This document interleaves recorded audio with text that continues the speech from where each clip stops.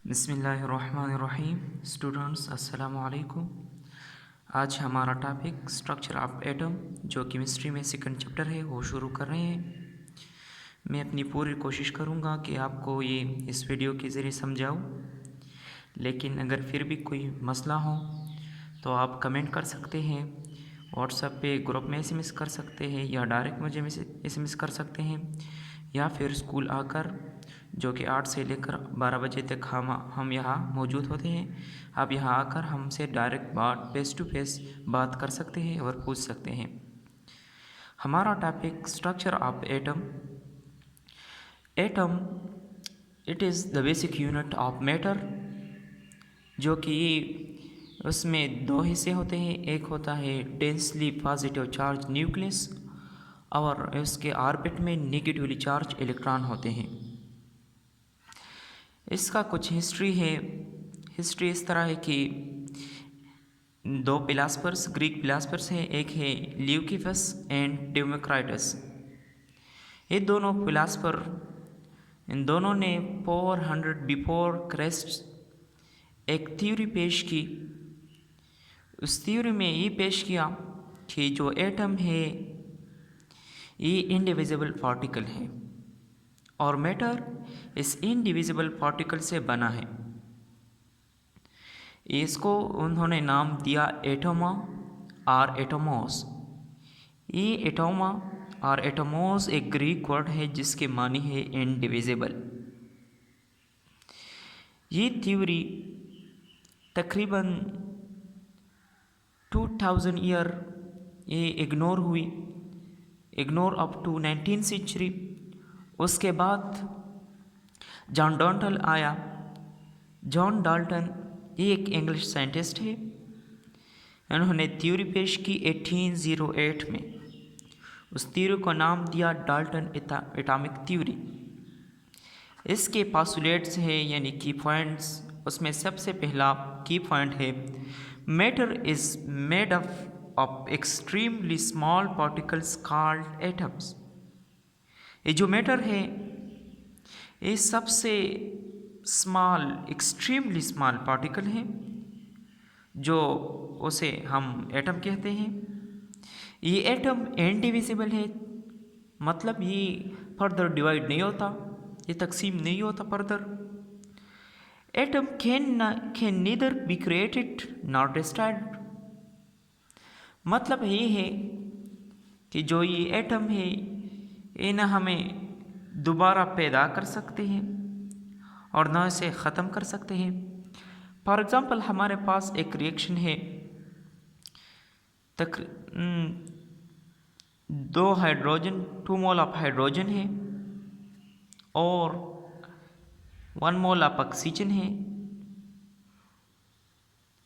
ये हमारे साथ मिलकर बनाता है 2H2O, यानी 2 मोल ऑफ वाटर बनाता है। इसमें आपने देखा कि हाइड्रोजन और ऑक्सीजन मिलकर उन्होंने H2O बनाया। तो इसका ये मतलब नहीं कि हाइड्रोजन और ऑक्सीजन ख़त्म हुआ, ये इस सिस्टम से ख़त्म हुआ नहीं, ये इस सिस्टम से ख़त्म नहीं हुआ है। उन्होंने सिर्फ दूसरा कंपाउंड बनाया है और इस कंपाउंड में ये हाइड्रोजन और ऑक्सीजन मौजूद है, ये ख़त्म नहीं हुआ। तो इसका मतलब ये है कि neither be created not destroyed. इन हम ख़त्म कर सकते हैं और न पैदा कर सकते हैं। बस जो भी मौजूद है वो कायनात में वही मौजूद है, लेकिन एक पाम से दूसरे पाम में मुंतकिल होते हैं।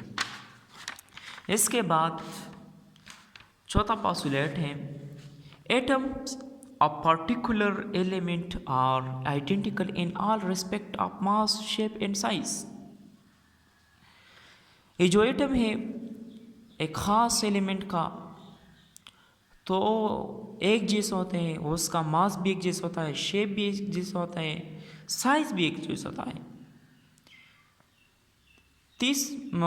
पांचवा जो है atoms of different element are different from each other. कि अगर मुख्तलिफ एटम होते हैं तो उनका साइज़ भी मुख्तलिफ होता है, उनका शेप भी मुख्तलिफ होता है, मास भी मुख्तलिफ होता है। आप देखें परस के हमारे साथ particular atoms oxygen oxygen oxygen. तो आप देखें तो इसका साइज एक जैसा होगा, इसका मास 16 ये भी एक जैसा होगा, इसका शक्ल वो भी एक जैसा होगा, सही है। इसके अलावा अगर आप डिफरेंट एटम एलिमेंट्स के लिए देखें, फॉर एग्जांपल हमारे पास हाइड्रोजन है, कार्बन है, तो हाइड्रोजन का मास 1 है, कार्बन का 12 है, तो डेफिनेटली एक दूसरे से मुख्तलिफ होंगे, क्योंकि एक में हाइड्रोजन में 1 प्रोटॉन है और वहाँ कार्बन में 6 प्रोटॉन है, सही है।